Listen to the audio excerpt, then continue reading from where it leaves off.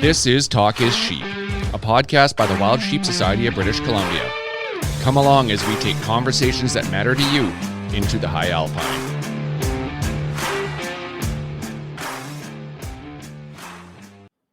Mr. Hamilton, how goes it? God, I can never tell what holiday it's going to be with you. Like the other day, I was French. Today, it's kind of back to Halloween, and we're 2 weeks out from Christmas already. Yeah, crazy. It's unbelievable. Hard to believe that 22 is on the way out, and 23 is knocking on the door. Crazy. Yep. Yeah, and we're almost back to normal. Touch wood, knock on wood, whatever you want to knock on. Let's hope things stay the way they are and keep trending upwards for gatherings. So, yeah, it's all good. So this is a real cool episode. We're chatting with Mark Peterson, and there's nothing this guy doesn't do. His legacy. He's a young guy. He's 39. He's done a ton of stuff already. He started MVP Outdoor Adventures.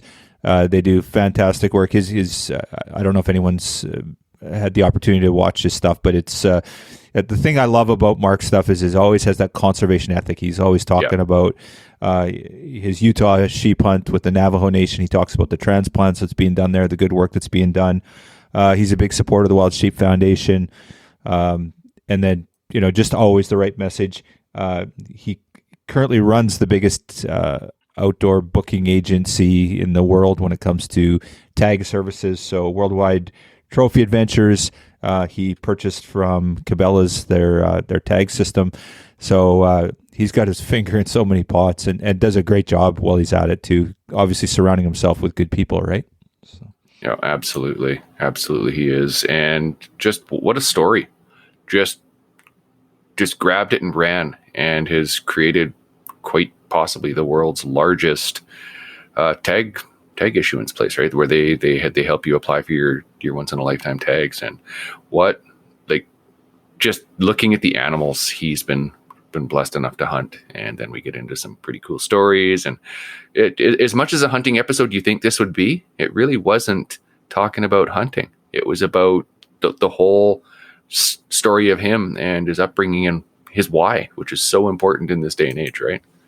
And the conservation and some of the challenges we face as hunters with the non-hunting community, some of the things we've dealt with there and, dealing with those challenges. So, yeah, this guy's the real deal. I was really excited when he agreed to come on the show because we were going to talk about all these different issues and, growing up on a farm, and that's the one thing I sort of felt a kinship with him, I guess, growing up on the farm is, conservation and putting back is so important as a farmer or rancher. If you don't look after your stock or your land, you're doomed. Like that's the kiss of death. So, giving back as a farmer and putting things back into the resource is absolutely critical. If you don't do that, you have nothing, right? And he grew up on a fruit tree farm and, fifth generation fruit tree farmer. So he gets that aspect of it. Not saying that people that aren't farmers or ranchers don't get that, but I think they, coming off the landscape, you really understand that, right? Oh, totally. You got to put your investment first, so to speak, right? So he tells the story beautifully, and I think it's a fun podcast where everybody's going to enjoy his story. Yeah, absolutely. And he's also working on his triple threat, which is we don't really go into what it is during the show, but it's a triple weapon super slam. So it's basically getting the North America 29.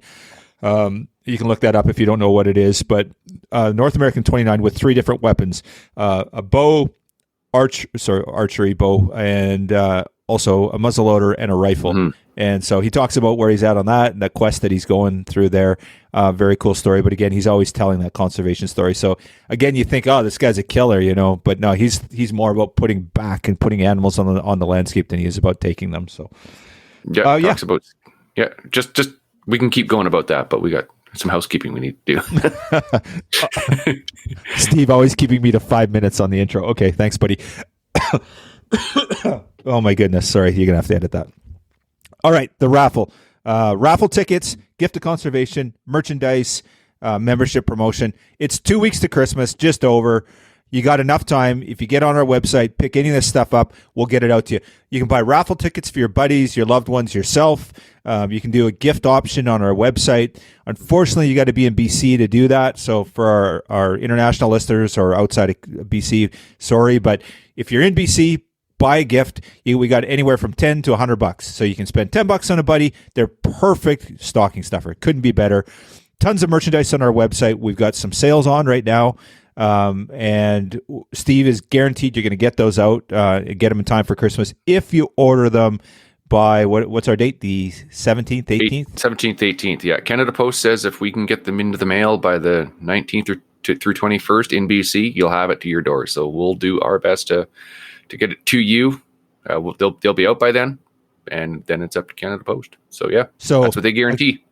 For the hunter in your life, for the conservationist, or for your home office, pick up a calendar. They're, I think they're $25. They're dirt cheap. $22.50 right now. Yeah, they were on sale. I don't know if they'll still be. I guess you're keeping them right. for Christmas. Yeah, yeah. So, that's good.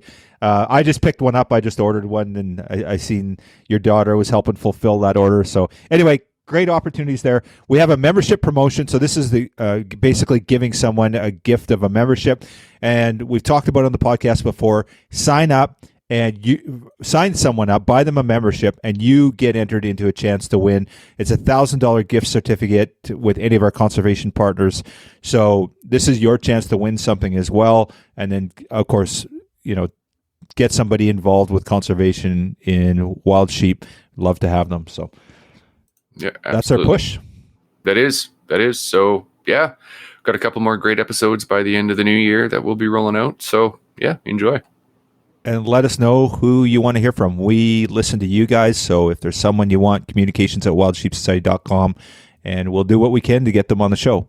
So with that, episode 104, Mark V. Peterson. Enjoy. The perception of hunting, has changed. It's our duty now, our responsibility as hunters, to change it back. And we've spent the last few decades trying, espousing that message, preaching that message about wildlife conservation. It's fallen on deaf ears, all of our attempts. I think what we have to do is maybe appeal to the emotional side or the visceral side. We have to tell our story. We know what we are. We know how deeply we care about wildlife. It's just the people out there that are voting to get rid of hunting, they don't understand our stories. Sometimes we have to translate it to something that they understand.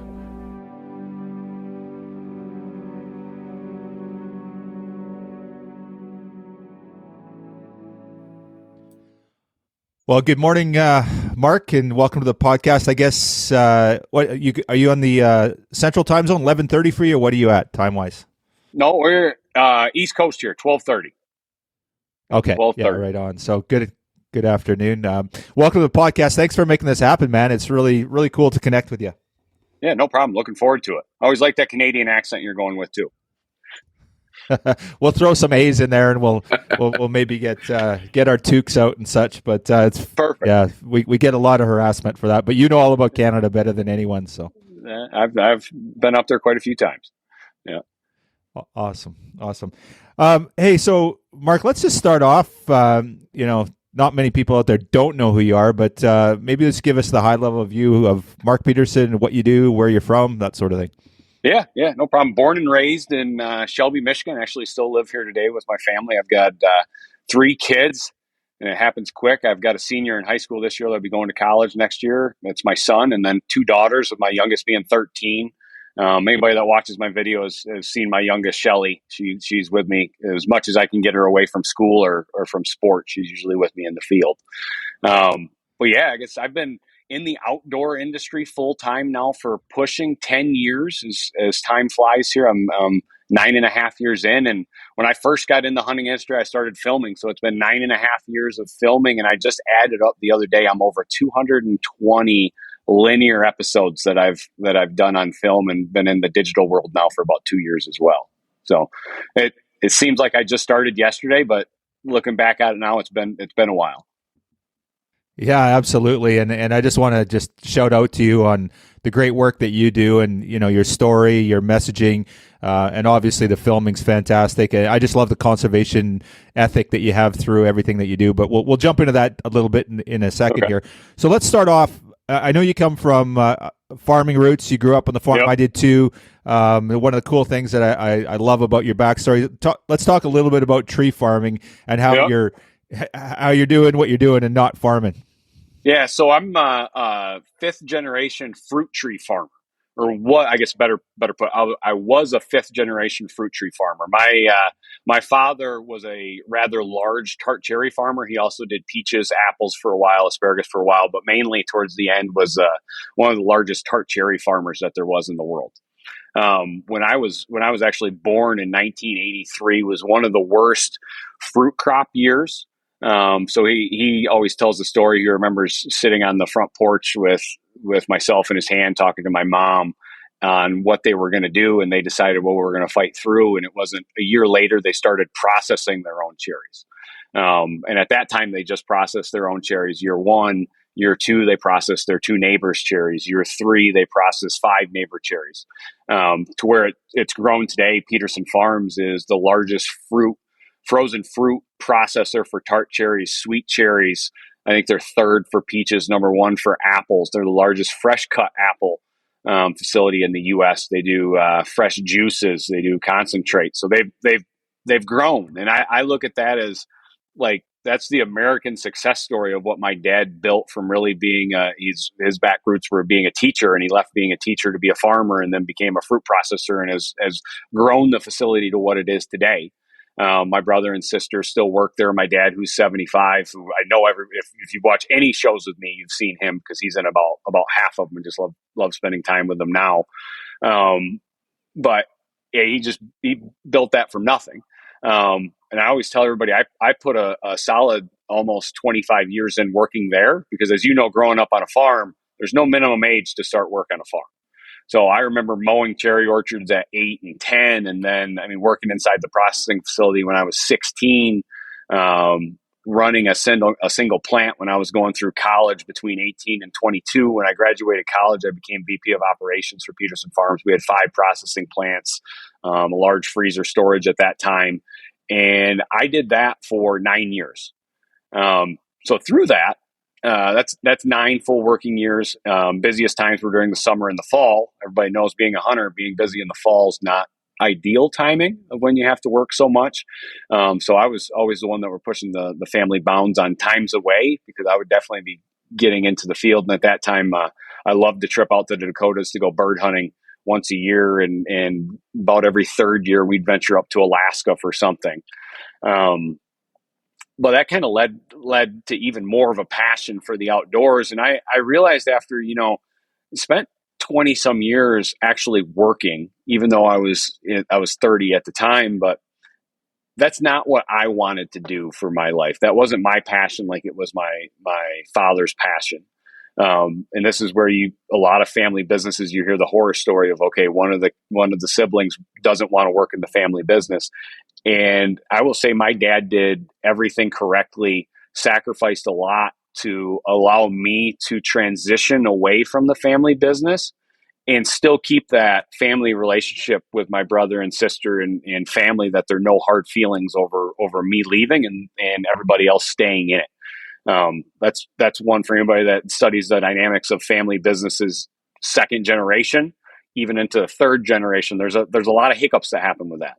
And I'll always give my dad credit for managing that, because he wasn't just managing me on transitioning away. He was also managing my brother and my sister on them staying and what that looked like. So with that transition, I always knew I wanted to be in the outdoor world. What that meant, I didn't know. 30 still young to transition in. I tell everybody I made the worst decision that I possibly could, because the first thing I did was I started up a TV show.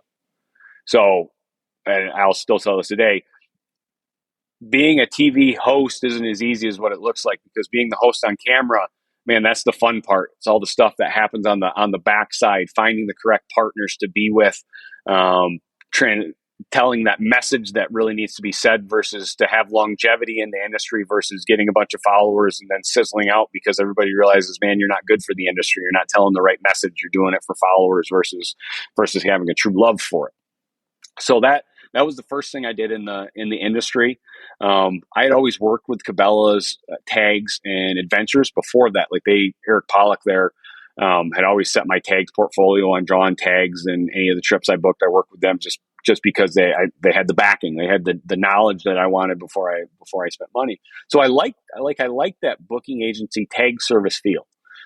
So the second thing that I did in the outfitting industry is I purchased a small boutique booking agency called Worldwide Trophy Adventures, WTA.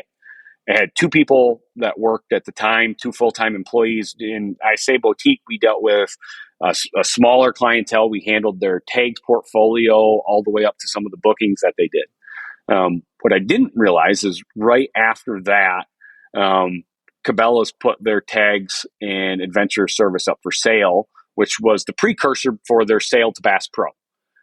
They wanted to sell that division before they did the big sale. And I was up in Saskatchewan, actually, black bear hunting in the fall, looking at a waterfall outfitter up there, which would lead to be the first outfitter acquisition that I did. But at the time, I remember getting a call literally in the tree stand from Eric Pollock in the office and said, "Hey, Tommy Milner, the CEO of Cabela's at the time, just came in and said, we're going to sell this division. You're one of the first people that I thought of." I said, "Cool." So I went back and my dad, who I get advice from, he helps me with all my writings. He helps with business decisions, anything that is business related. He's my advisor. He came back and he goes, "This is one that if you're going to make a long run in this, you have to get real serious about going and trying to acquire this." And ultimately over the next 4 months, I was chosen for the one to be able to purchase that. What I didn't realize until 4 years later, I wasn't even close to the highest bid. I was third in line, but a long ways off what the highest bid was for that. The board at Cabela's and decided at the time they weren't going to do this for the most amount of money. They went for the right person to represent that brand that they built they had 22 years into it when they sold that division. Which meant a lot to me when I found that out, because again, I wasn't in it for a short-term dollar. I was able to maintain all the employees that were there, that knowledge of employee base that has 20 plus years in there. Eric Pollock still works for me today. I mean, he's the one that originally came up with the tags concept here in the US of floating tag fees and so forth. To be able to do that meant a lot. But it also meant I went from a small boutique booking agency and filming to the largest booking agency in the world, basically overnight. So there was a lot of transition that had to happen for me and what we did with everything else. Obviously I love the TV show part of it. I love filming in the field. I love that whole part. We kept that going, but we continue to grow WTA. We offer more. We're into fishing now. And along the course of what's transpired over the last 7 years, we've actually started to acquire some of our owned outfitters. The reason for that is we have a large clientele base, and if there's a certain outfitter that makes sense for us to acquire, and it fits in what we can do financially as far as working it through, as you guys know, a concession in Canada, they're not giving those things away anymore. So those are expensive when you have to go in there and look at a sheep area. But we feel with our background, as we can go in there, and there's nothing against guys that do it this way, but it's just how you have to pay the bills. A lot of guys will go in and be like, "Man, I had to pay a lot of money for this. I'm going to have to shoot a lot of sheep or a lot of moose to start with in these areas." We're fortunate enough that we don't have to do that. We can go and do the correct number of conservation each year for what the species require as we acquire these areas. Because again, we're looking for it for the longevity. And we don't have the marketing costs that a lot of people do when they have to go and find sheep hunters or moose hunters, just because of the clientele base that WTA has. So we've actually acquired a few outfitters in the last 7 years. We've got a bighorn area in Alberta. We've got a stone sheep area in BC. We've got an area for dulls in the Yukon. We've got a Colorado outfit that does all the big game over there.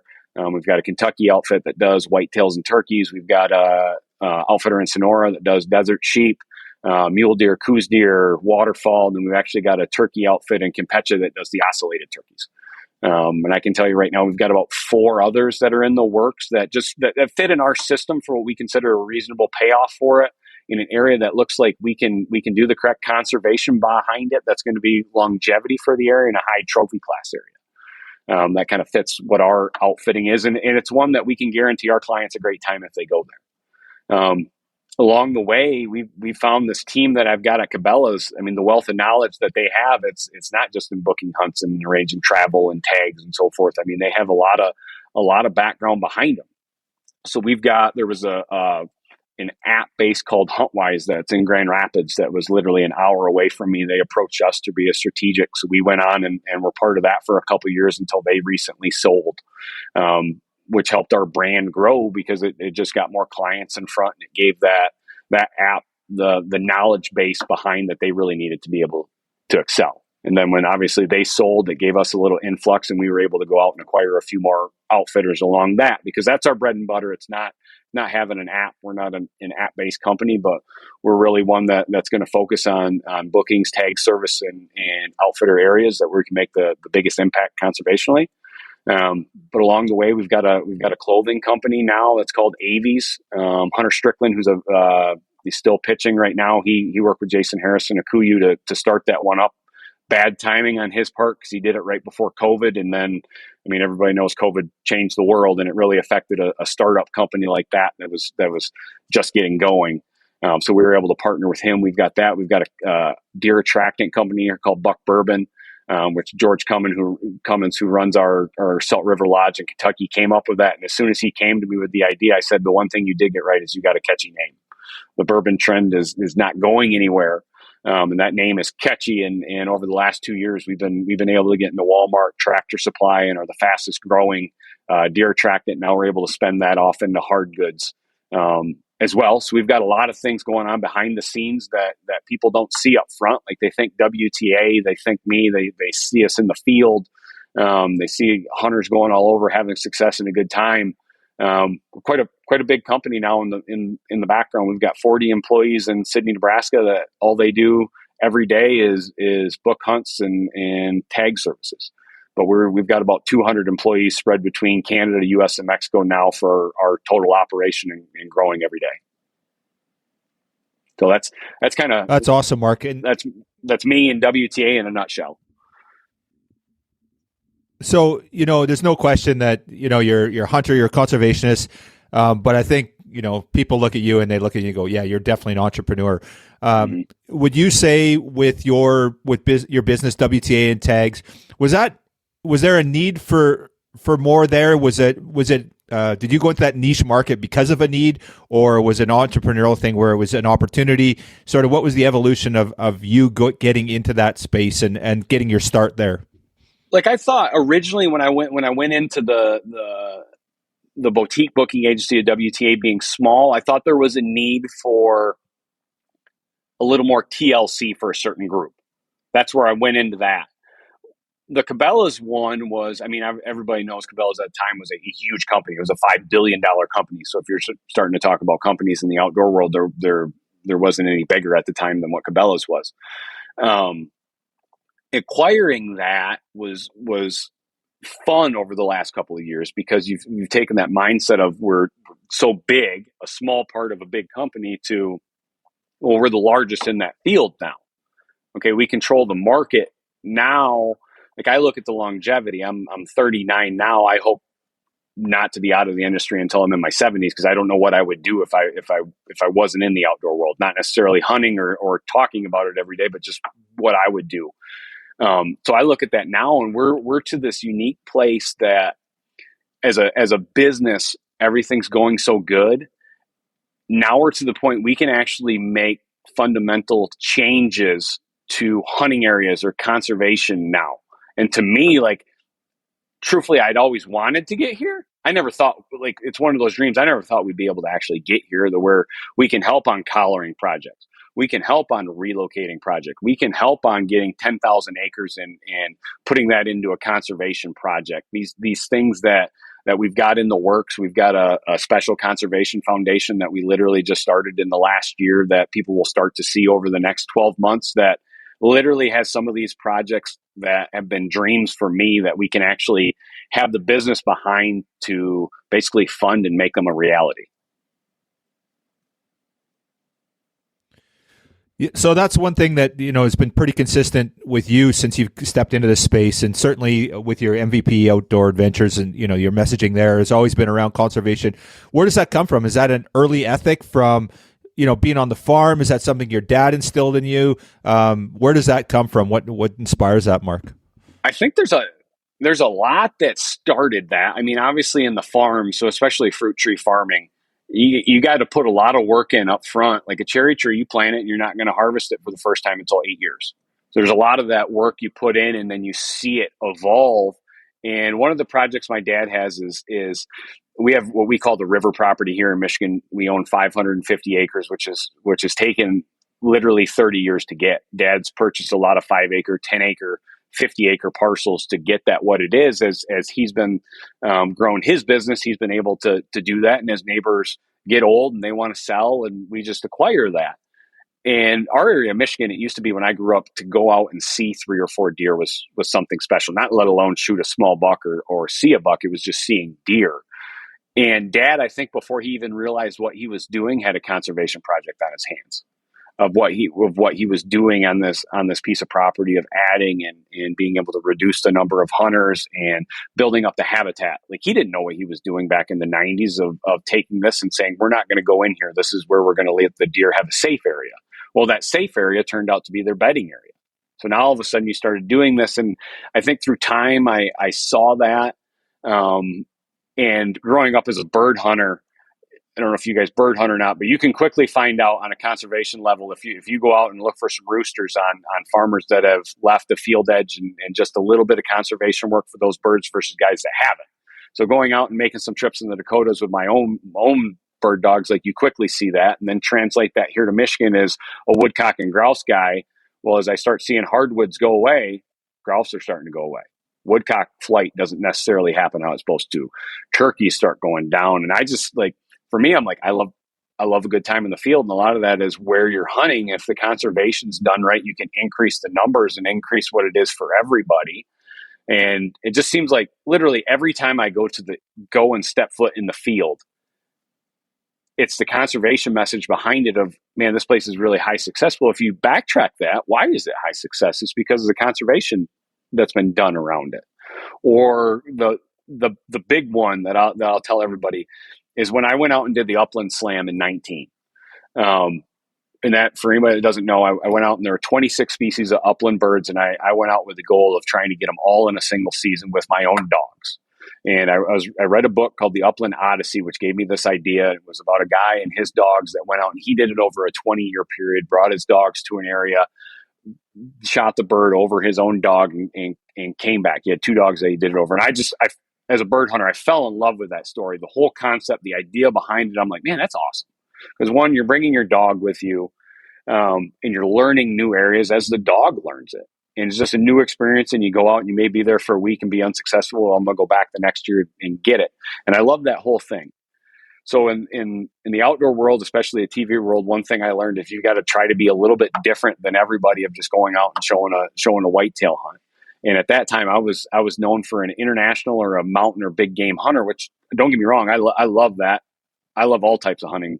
I mean, literally upland, waterfowl, sheep hunting, deer hunting, elk hunting, international in Africa, Asia, you name it. I just love being in the field. So at that time, I'm like, man, I've got these bird dogs I've never even shown on a show before, just because everybody's told me, well, the ratings are going to be bad. And you know what? I know the ratings are going to be bad, but at 19, I had established myself enough that I can take a fall off from my regular filming and go and do what I consider a pet project. And the upland market's so small, but by the time that project was over, it helped my brand so much because I established as somebody different, which led to the Waterfall Slam, the South America Waterfall Slam, now the North America Deer Slam. Like, it leads to all these. But the one thing that I learned conservationally from that Upland Slam, man, upland birds are affected. I would compare them to sheep. Upland birds are affected so much by what happens to their habitat and you see that upland habitat shrinking. It's not like a white-tailed deer that you see live in a subdivision that's got an acre and a half of woods. It's not like you see the elk that are starting to just live with houses around them in the mountains. It's not like a mule deer that transition, even an antelope. But like the upland bird, if you start ruining their habitat and putting a house in and clearing those woods, they're just not going to make it. And every step of the way, every species I hunted, it was the same message of what's going to ruin this upland bird from being able to make it. Well, it's human encroachment. It's farming changes. It's people not caring about the habitat for this specific one. And that really instilled in me. It was repeated over and over every time I hit the field of, man, if we don't show this support here, it's not like a pheasant, like everybody loves the pheasant, but a mountain quail, if we don't do something for this, or a valley quail, or any of those oddball ones, like, man, if we don't do something around these, I don't want to think what the next 30 years is going to look like for these species. And that's just where it really kicked into where I was in the field and just emotionally touched by it at that point, that, man, no, this is going to be my front and center. I know it's not the sexy thing to talk about. It's not a 180-inch whitetail, but like people just need to hear this and what true battles are facing all these species. And that kind of led from upland into waterfall, how the migration happens. And it just, anytime I'm in the field now, like that's my focus. Like, yeah, a great hunt, put it out there for an entertainment value, but more importantly, what does the future look like for this? What does it need in this area? So with this messaging, how has that affected your ratings? So, like you said, it was your pet project, you're willing to take that risk. What has that done for ratings and affected you? So like, I look at it as a couple ways. I get a lot of messages on going into an area from people in that area of going, thank you for telling the message here. If it's international, if it's in Austria or Africa or even the Dakotas, Colorado, of telling the message of what's really affecting here. Like I get those messages from people in that area of saying, thank you. Nobody's ever come here and just, we went mule deer hunting, but you really told the story behind it. It was always just, hey, look at this, shot a good deer. Like what goes into it from a landowner's perspective of making this be successful. Now, like, I don't want to consider myself an old soul on TV, but I probably don't have that craziness factor to catch some of the youth in what I do that others do. But again, at the same time, I still get a lot of questions from younger hunters, and it's more so on different sets in their states that I've seen. I've got 20 acres or 40 acres conservationally. What should I do here? So I get a lot of those message, and I look at those are the ones I like to take. Again, I don't have that flashy mentality behind me. I'm built here for longevity and what the industry, what I consider what the industry needs. I guess that's probably the best way I could answer that. I do get some of, hey, why didn't you show this shot? And I'm like, man, I would love to show that shot, but I'm just going to be honest. When it hit, there was too much blood for me to show, and I can show it on it, but I just, from a viewer standpoint, I don't think I should show that. So on like that hit, even though it's 100% good to show on the show, I just chose, like, me and the team are like, there's no reason to show it. There's no reason to show that type of stuff. Yeah, it's interesting. We're seeing a bit of an evolution. We've certainly seen it in the outdoor space and TV. You've seen that, and you tell the story differently. And it's interesting to see now. I think things are changing too in our space. There's, I guess, like with the evolution of like meat eater and stuff like that, there's a lot of adult onset hunters that are more conservation focused. I think, like when I grew up with hunting, right?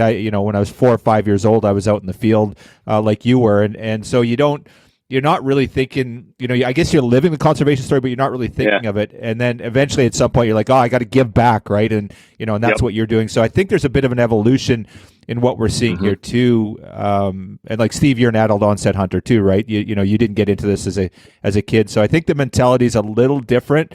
But fantastic. Let's talk about on the conservation side of things, Mark. You talked about your businesses and saying, okay, well, I got these outfits now. I don't need to milk every dime out of this. I'm going to put money back into the outfit, grow my sheep or grow my whatever resource it is big, and make sure we have a healthy population. Talk about how does that work?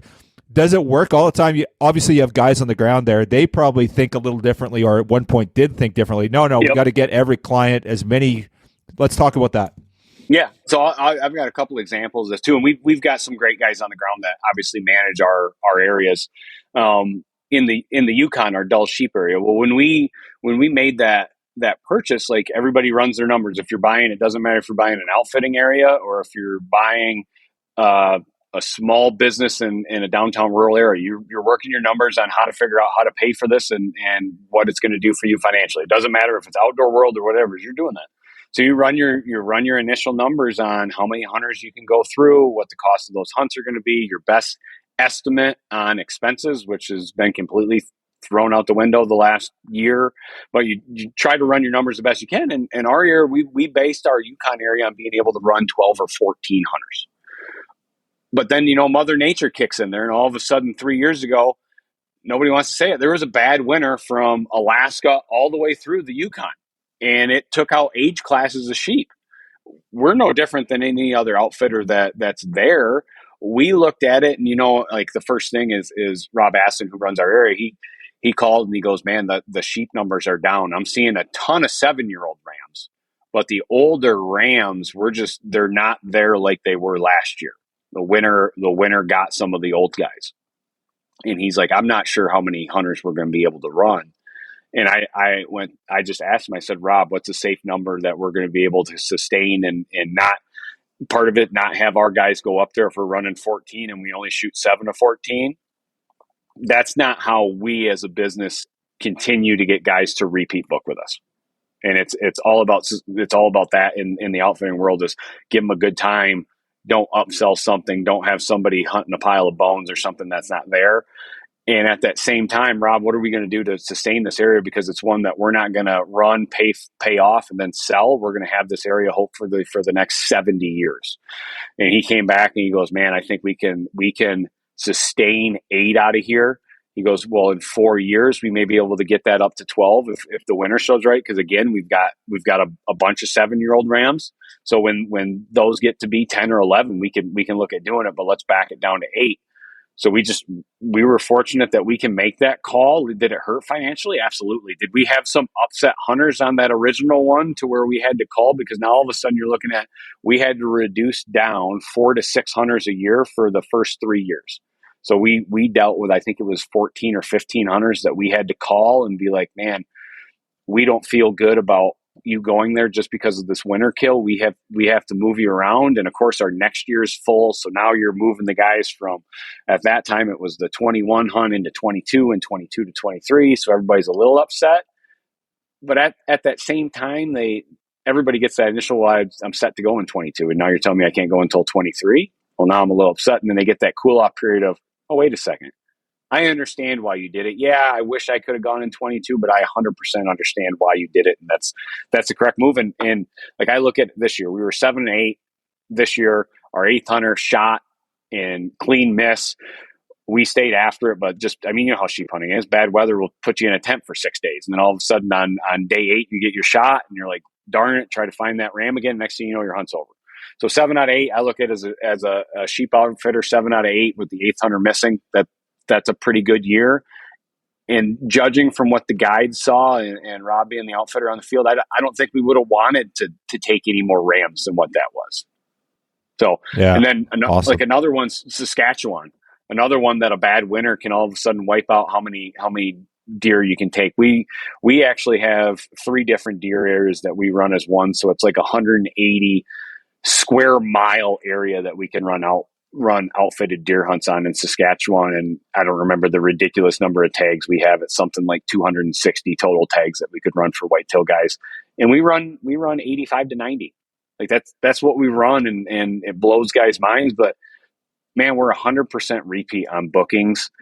The age class, like we can see it on camera. Like every 6.5-year-old deer is not 170-inch deer, as you guys know. We shoot a lot of 7.5, 6.5-year-old deer that are 130 inches.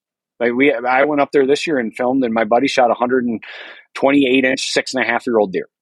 Just a perfect one to take out. Not the trophy he shot the year before, which is 148-inch 9-point, but like one that he was even happy to take out. But that's part of the manage. We're hunting older deer, not necessarily the biggest deer, but that was one of the oldest ones we had on camera. And we're able to do that because we control so much of the area up there, and there's resident pressure. But again, in Saskatchewan, there are not even that many resident hunters that can control what we're doing from a conservation standpoint in the area. Now, again, Saskatchewan, we're a bad winter away from probably backing down from 90 to 40 or 50. That's the beauty of up north, as you guys know. Yeah, absolutely. Okay, what do I want to talk about here? Let's see.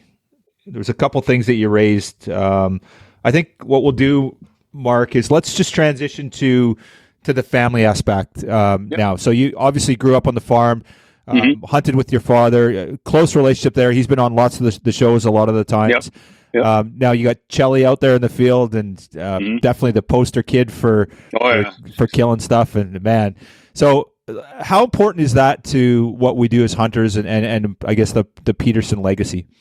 So like from my standpoint, like I look at it as, who do I enjoy being in the field with the most? Like I've got a couple of close friends that I love. I love the guides and outfits that we have, but man, I've always hunted with Dad. Like I look at that as like, we've always gone places together before I was in the industry. Nothing's changed there. And I look at the times we had in the field when I was younger and how they influenced me to today, not just in the outdoor world, but in life in general of, sometimes the hunt's not easy. It's not going to be a day. You got to go through it for 5 or 6 days, and you're going to come home empty-handed on what that does for a psyche and living in the real world. And I look at being able to do that with Shelly now.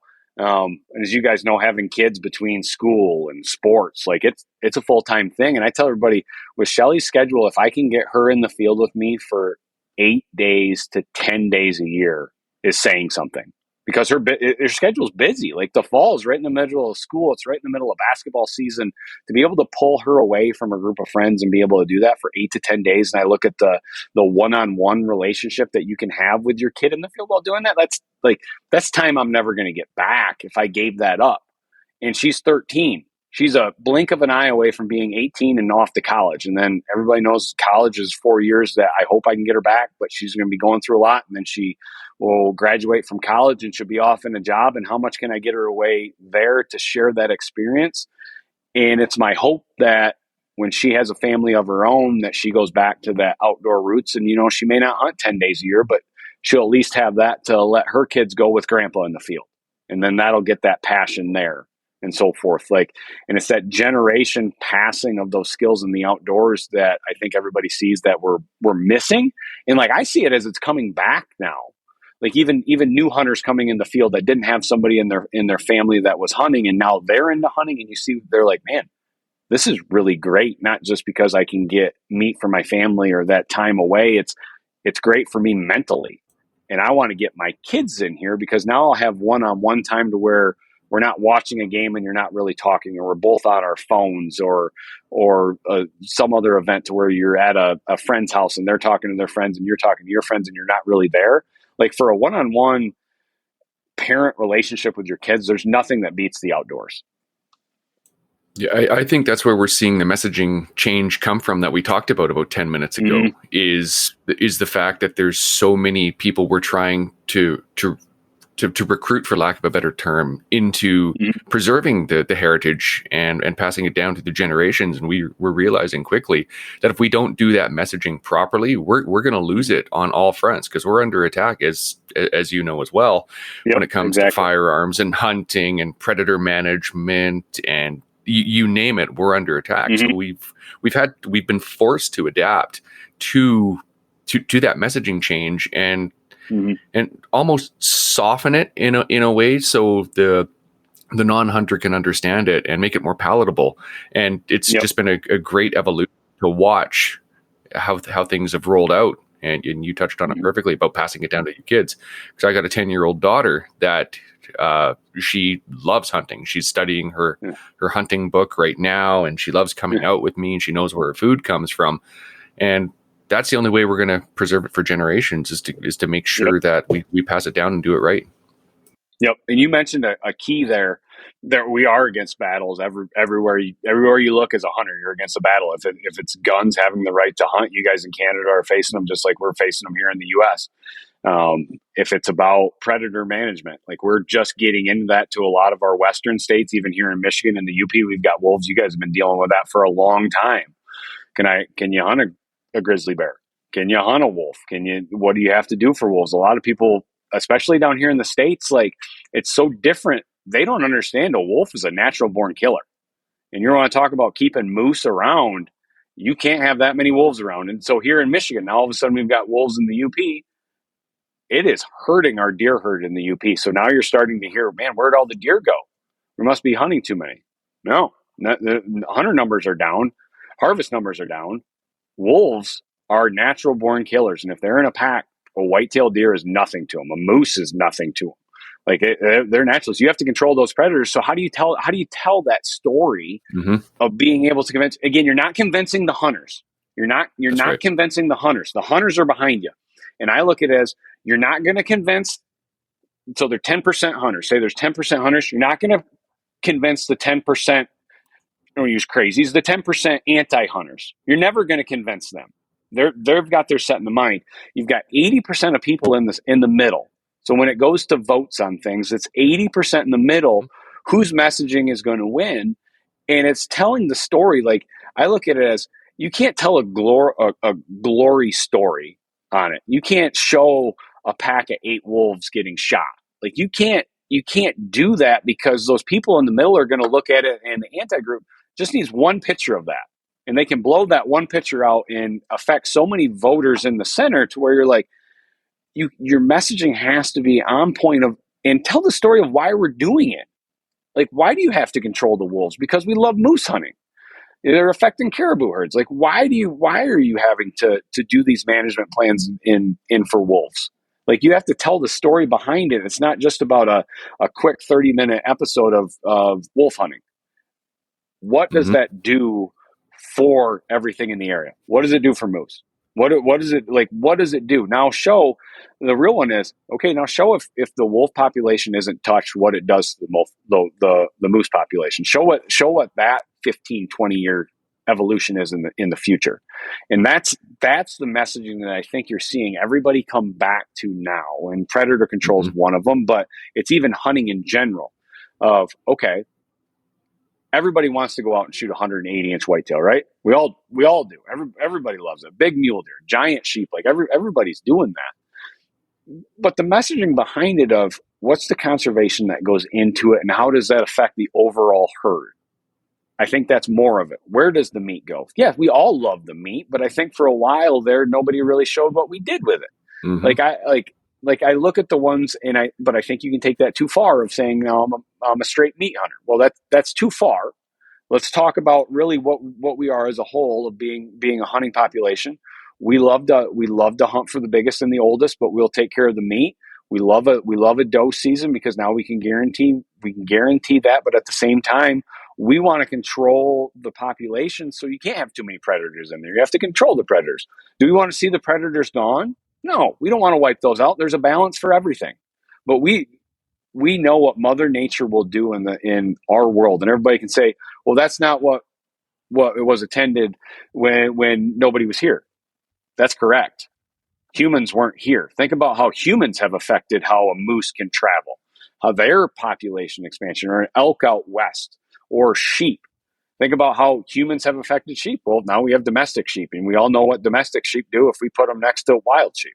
Like we did that ourselves. So now we've taken their habitat and changed it. So our conservation, our approach to how we manage wildlife has to change as we change. And it's our responsibility as hunters to show that correct messaging to, again, not affect the 10% of hunters or the 10% of anti-hunters. It's that 80% in the middle when it goes to a vote that we have to affect.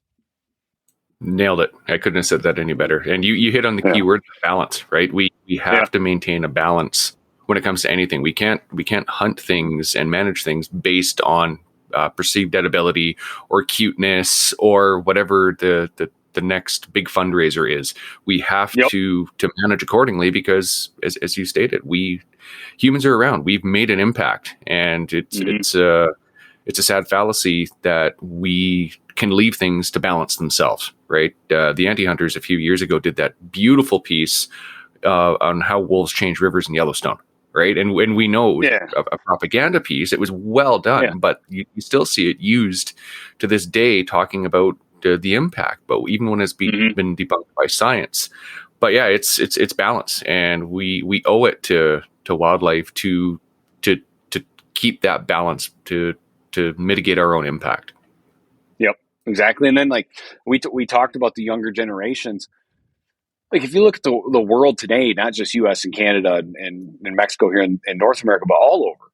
Like look at what the youth had to go through COVID and cell phone use and social media and so forth.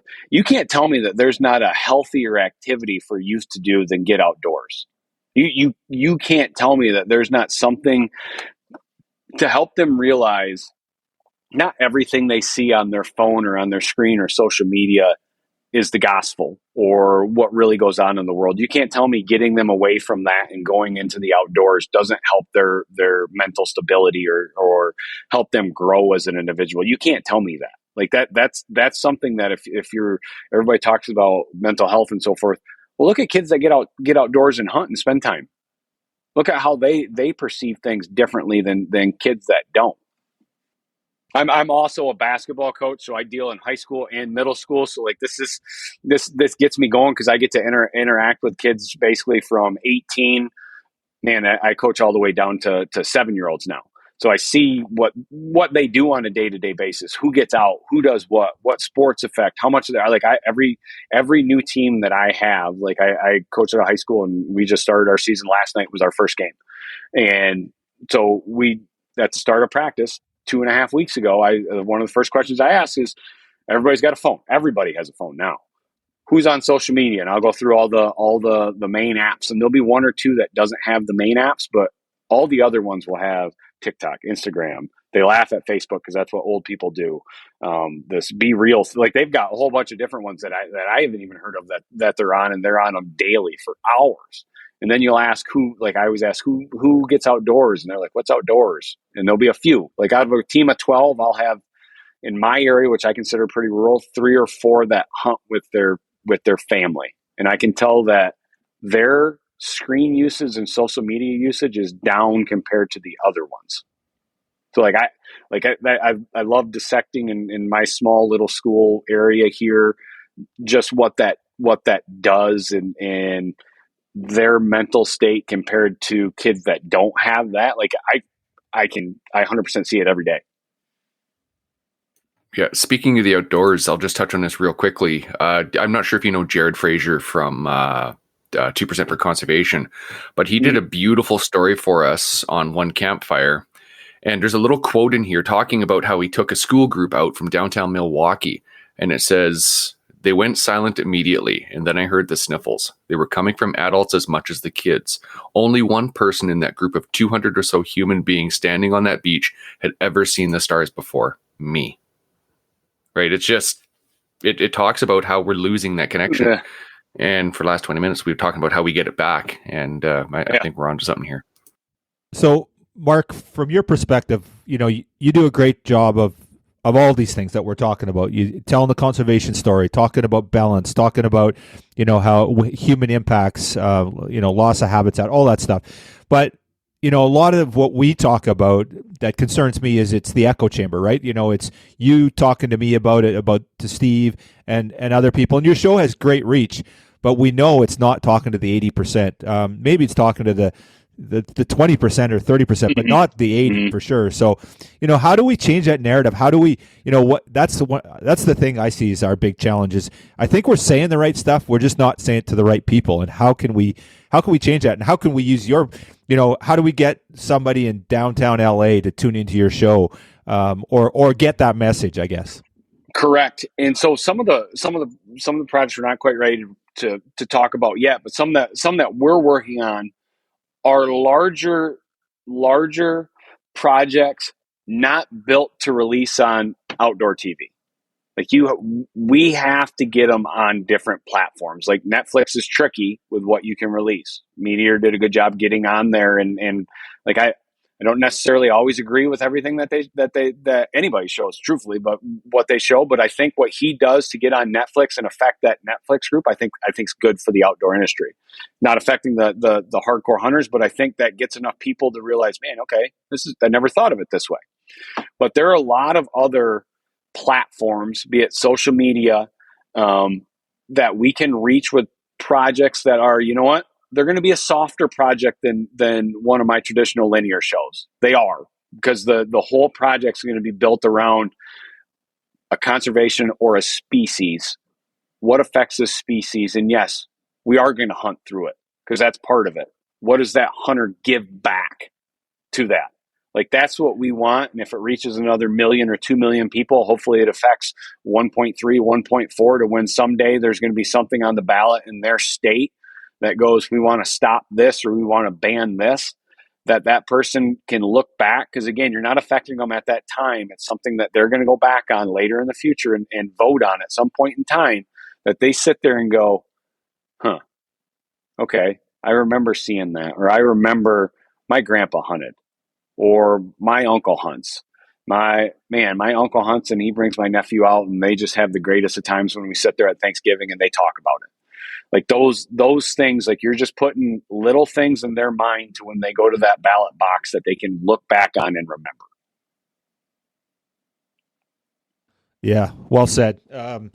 Yeah, and I guess that, that's it. The Antis have kind of been playing the long game, and we realized we had a problem about a decade ago or whatever that was, and we kind of like, holy crap, we need to do something here. And we thought we needed to solve it overnight. And I think that, I think one of my takeaways from your statement there, Mark, is we got to play the long game too. We just got to continue to educate, do it in the right way, be authentic with our messaging, and play the long game. And we're not going to fix this overnight. It took 30 years to go sideways on us. It's probably going to take another 30 to get it straightened out. Exactly. And it's one of those things, like, there is no go and do this project and it's over. There's no magic trick like that we can do and just go and say, oh, that's it, we're done now we're back on top. It's the small things every day that we can do and that we can show. And you guys know how so many things are affected by small groups. It's a small friend group, it's a family group, it's a church group, it's something like that is done. And I think there was a period of time that you couldn't say you were a hunter. And I think since COVID, I think you can, like, there's some of those groups that you can say you're a hunter now. And out of a group of 10, okay, there may be one other person. That's cool.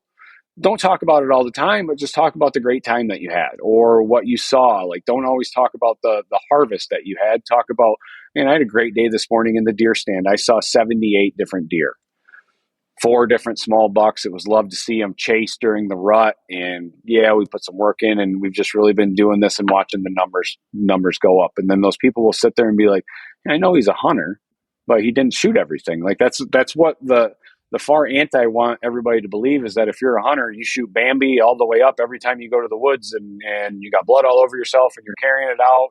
And that's what they want to perceive us as. That's not what we are. Everybody knows that's not what we are as hunters.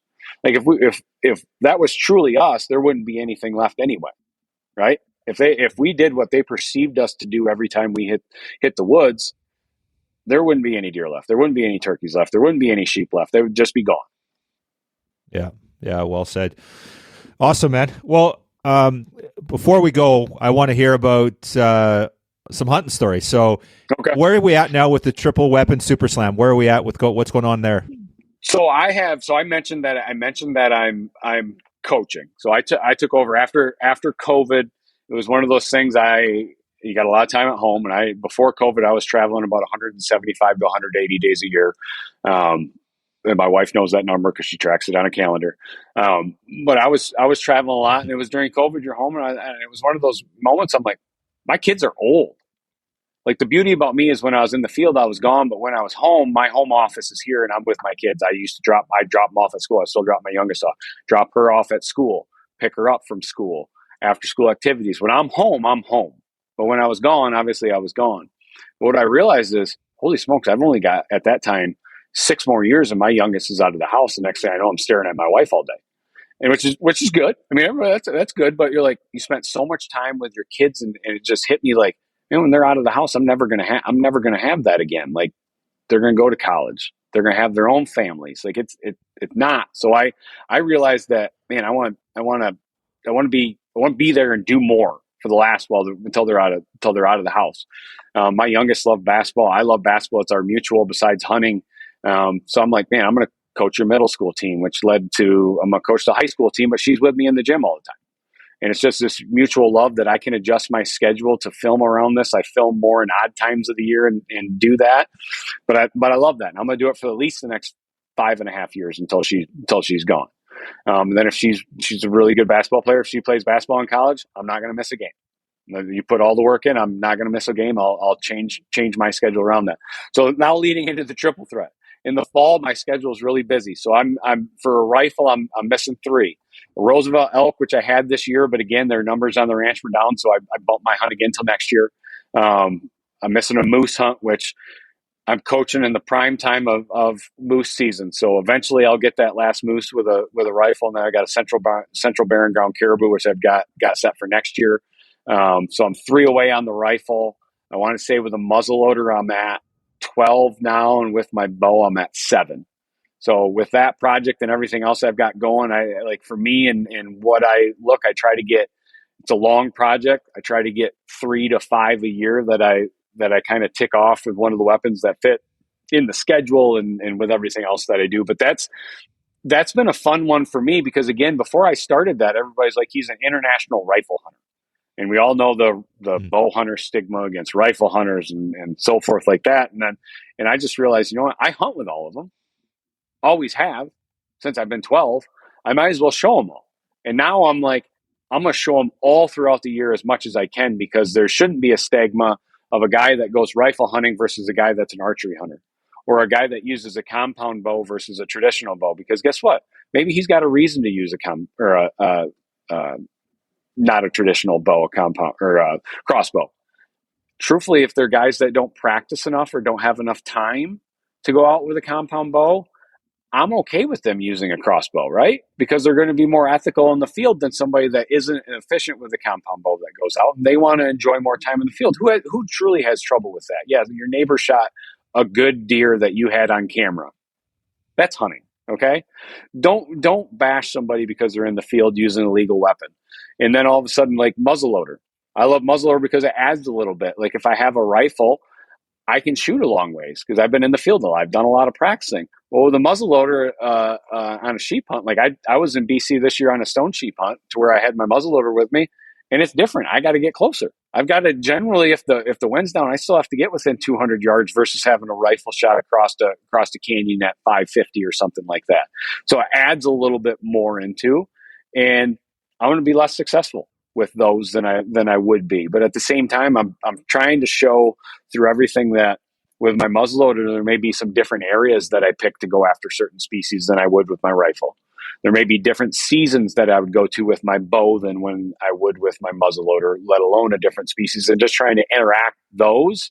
And then what's really cool is when I get all 3 of being able to tell the story at the end of the 3 of I did this for a rifle, I did this for a muzzleloader, I did this with my bow, and telling that story. And I'm just like everybody. I mean, bow hunting for sheep, like I've got my first one set 2 years from now. I don't think you can prep yourself enough for that. I know how many miserable days in a tent I'm going to have to try to get 4 different sheep species with a bow, and how many unsuccessful and blisters and all that stuff that's going to come with that adventure alone. Yeah, that's a huge undertaking. You know, I just want to touch on it. Like, you know, there's a bunch of stuff I want to talk here, but the one thing is, you know, we just talked about being under attack as hunters, right? You know, and how there's the 10%, the 80, and the 10%. And the least we can do as hunters is support each other, right? If we're doing it ethically and conservation front and foremost, we really have to get on the same page. And you talked about that there, you know, it's so important. And that's part of what the anti-hunters are playing the long game, right? Well, they realized, okay, what's the best long game? Let's get these groups in the middle bickering with each other. Public land hunters against guys that can hunt on private land. Archery guys against the guys that go with rifles and kill everything. Compound guys against crossbow guys. Like, let's get them all battling, because when they're all battling inside, they can't work together as a group. And now we're as far anti-hunters. Now we can win even more battles because they're battling and they're not even voting together on certain things. And I think that's clearing up. But you have to do it, and that's where I've been disappointed by some guys that have TV shows that they archery hunt in the way that they talk on their TV show compared to guys that may use a crossbow or a rifle. And you're like, really, you're going to talk bad about a 72-year-old guy that's out there using a crossbow? Like that's, for me, I've got a serious issue with that. Like anybody that's hunting with the legal that they are in their area, like you can't have a problem with that. You just have to encourage a hunter to be in the field and help them as much as you can. And that was a big part of why I came with triple threat. One, to show, okay, what's the difference between hunting all these species with 3 different types of weapons? But the other one is I use them all. And people, I've started to use a crossbow in there too. And that'll probably be what I get the most negative feedback is when somebody sees a trophy pick with me and a crossbow. Why are you using a crossbow? You're a healthy male. I'm like, that's cool. I am. Guess what? I can shoot my crossbow better than I can my compound on certain situations. I'll use my crossbow because there are a lot of people that are out there that use a crossbow, and I spend a lot of time shooting my bow, a lot of time. But again, I have the schedule that allows me to do that. Now think of somebody that's working 60 to 70 hours a week that really just wants to get out and archery hunt throughout the season 6 or 7 times because that's his quiet spot. He gets to get there and think. He's done it for all this time. He doesn't get to shoot his bow as much. He's more effective with a crossbow. I'm one that believes if he wants to use a crossbow, he 100% should be able to use a crossbow if it's legal in the area that he's hunting, because he's going to be more effective. He feels more comfortable with it, which then ultimately is more ethical in the field. If he's more comfortable with it, more effective with it, he's not going to wound as many deer. Yeah, right on. Well said. So did you get your stone sheep with your muzzle loader? I did not. Dad and I grinded it out, and just like every sheep hunt, spent about 5 days in the tent and put on a lot of miles. But again, that's sheep hunting. That's why you love it. At the time, you don't love it. At the time, you question yourself on why you're doing it and putting yourself through that. But then all of a sudden, even after, like, nothing stings like an unsuccessful hunt, right? Like nothing stings like that. Mm-hmm. But then 2-3 days later, you're like, man, I learned a lot. I learned a lot. I pushed myself as an individually, physically, and mentally to do that. And my dad did that at 75. Like, he was up there with me at 75, and it was probably a bit much for him towards the end. I mean, we were having to carry, but I looked at what he did at 75, and for him, it wasn't about taking a stone sheep. It was about the experience of being up there with me. It was about showing that at 75, he could be up on some of the harshest conditions that you can be, and was able to make it out. Like, there was that whole story going on right there with him. And man, like, I look back, unsuccessful was still a great time. Like, is there any a bad time in on top of a mountain chasing sheep? We saw a grizzly bear. We saw a giant mountain goat. We saw a stone sheep, just not the right one. I love that. Just not the right one. That's Yep. A cool statement right there. So conservation at its finest right there, right? So yep. Awesome. Okay. Well, we've taken a bunch of your time here this morning or this afternoon for you, Mark. Thank you so much. But for our listeners, if they want to check you out, where's the best place to consume your content? Yep. So as we just got done, or at least I just got done basking social media, you got to follow me on social media. I've got Instagram at Mark V. Peterson, old school Facebook for anybody that still does that. YouTube channel. So we just started doing digital releases a couple years ago. So you'll catch my upland slam on there, waterfall slam, all the triple threats as we go. We've got sheep hunts all the way down to alligator hunts, anywhere in between on there.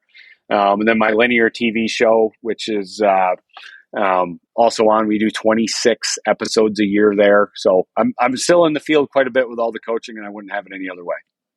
And one thing I will add, I do love feedback.